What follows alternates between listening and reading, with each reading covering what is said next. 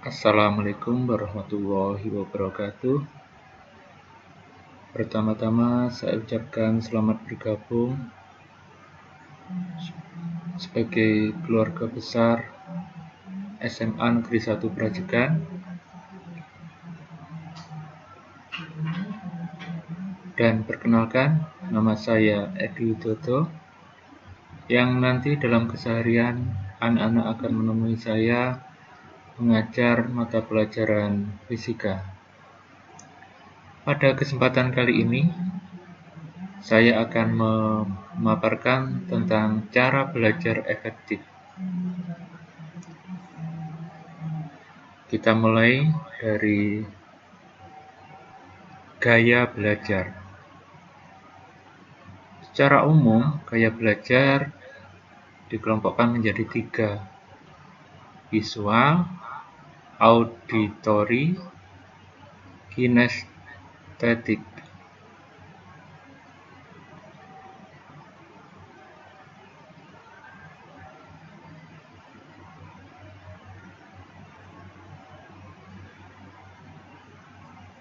Mari kita sekarang jabarkan satu persatu secara lebih rinci dari masing-masing gaya belajar. Yang pertama, visual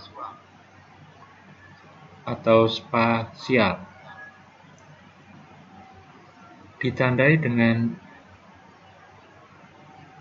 suka belajar dengan menggunakan gambar, grafik, warna, imajinasi visual, dan spasial. Nah, media belajar yang cocok adalah mengembangkan mind map atau lebih populer peta pikiran atau peta konsep, menggunakan flowchart bergambar atau melalui video.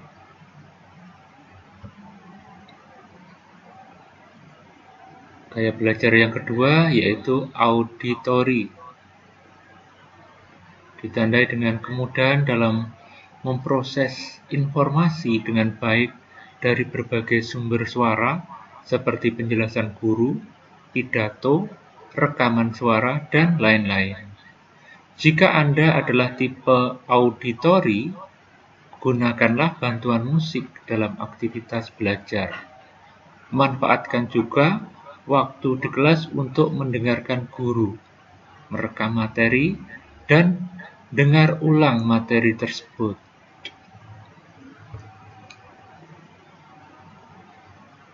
Yang ketiga, verbal, linguistik.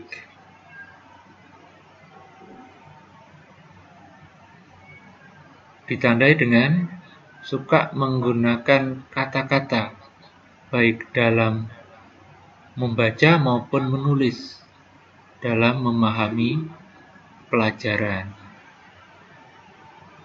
Pelajar verbal nyaman dengan banyak membaca, berbicara, dan menulis saat belajar.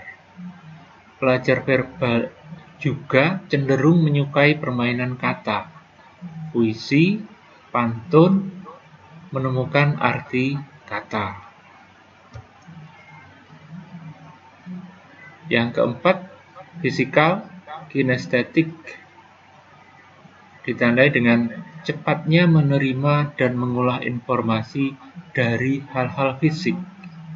Misalnya saja sentuhan, kehadiran alat peraga, dan partisipasi diri sendiri dalam proses belajar. Biasanya, anak dengan gaya belajar kinestetik menyukai kegiatan fisik seperti olahraga. Yang kelima, logikal atau matematik. Ditandai biasanya dengan senang pada mata pelajaran matematika. Ciri-cirinya, yang pertama, siswa lebih menyukai berhitung. Kedua, lebih menyukai pola-pola, selalu berpikir logis. Dan yang keempat, memiliki prinsip efisiensi dalam pekerjaan. 6. Sosial interpersonal. Kemampuan sosial yang baik seperti berkomunikasi dengan verbal maupun tulisan, lebih nyaman berkonsultasi dan berdiskusi pelajaran bersama guru maupun teman sekelas. Membentuk grup belajar adalah salah satu cara yang bisa Anda terapkan. Yang ketujuh, intrapersonal.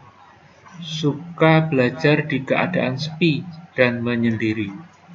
Biasanya Anda lebih senang membaca buku atau belajar dari laptop atau HP. Itu tadi gaya-gaya belajar yang sering yang dimiliki oleh manusia. Nah, di saat ini kita berada di masa pandemi. Pembelajaran yang berlangsung di masa pandemi ini berbeda dengan pada keadaan normal. Di keadaan pandemi ini kita akan sering menemui beberapa istilah dalam pembelajaran. Yang pertama yaitu daring atau kepanjangannya dalam jaringan. Merupakan implementasi dari pendidikan jarak jauh melalui online. Aplikasi pembelajaran secara online berbasis virtual class antara lain WhatsApp, Telegram, Google Classroom, Hyperschool, Rumah Belajar, Edmodo, Webex, Visizum, dan lain-lain. Istilah yang kedua yaitu luring atau luar jaringan.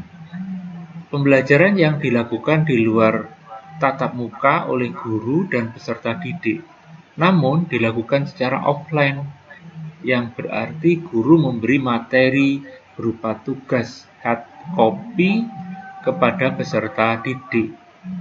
Contohnya, melalui buku pegangan siswa, modul, dan lain-lain. Selain itu, pembelajaran luring juga termasuk mengakses lewat televisi dan radio.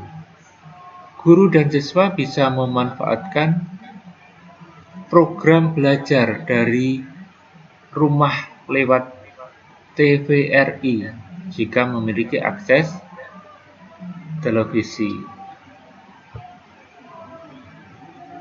Yang ketiga yaitu kombinasi antara daring dan luring. Jika ada kegiatan yang bisa dilakukan tanpa internet, namun untuk kegiatan lain harus dilakukan dengan internet. Contoh, siswa membuat presentasi PowerPoint untuk memaparkan hasil pekerjaannya secara luring, kemudian dipresentasikan secara daring melalui aplikasi Google Meet, Zoom, atau Webex. Nah, berikutnya tip belajar efektif selama masa pandemi COVID-19. Yang pertama, temukan ruang belajar yang nyaman di rumah. Senyaman kalau kalian benar-benar hadir di kelas atau pada keadaan pembelajaran normal di kelas gitu ya. Yang kedua, siapkan alat tulis dan buku yang dibutuhkan. Kemudian sebelum belajar, awali dengan berdoa. Pastikan jaringan internet tidak ada gangguan. Demikian juga HP-nya atau laptopnya. Kalau dalam belajar kalian mengalami masalah, ketidakpahaman, maka cari tahu gaya belajar kamu. Bisa berkonsultasi dengan Bapak Ibu Guru BK, bimbingan konseling.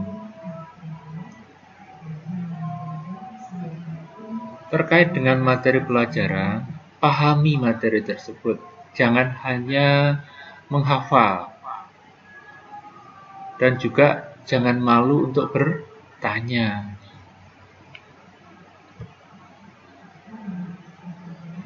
Manfaatkan fasilitas yang tersedia.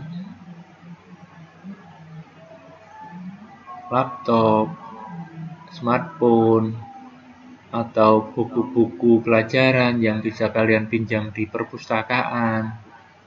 Manfaatkan fasilitas-fasilitas tersebut secara maksimal. Terus dalam belajar atau ketika belajar kalian buat review atau peta materi. Juga setelah selesai membaca, memahami materinya, coba latihan soal. Untuk menguji kalian sudah paham atau belum terhadap materi yang baru dipelajari. Alangkah lebih baik juga kalau kalian bisa belajar bersama teman. Tapi jangan terlalu banyak, cukup 2 atau 3 teman saja. Terus sediakan juga air putih atau air minum ya. Sehingga ketika haus langsung tersedia air minumnya, sehingga tidak repot-repot mencari-cari. Itu tipnya anak-anak untuk belajar di masa pandemi. Kalau ada pertanyaan bisa disampaikan nanti di forum tanya jawab melalui grup WA. Demikian presentasi dari saya anak-anak. Sekian dan terima kasih. Wassalamualaikum warahmatullahi wabarakatuh.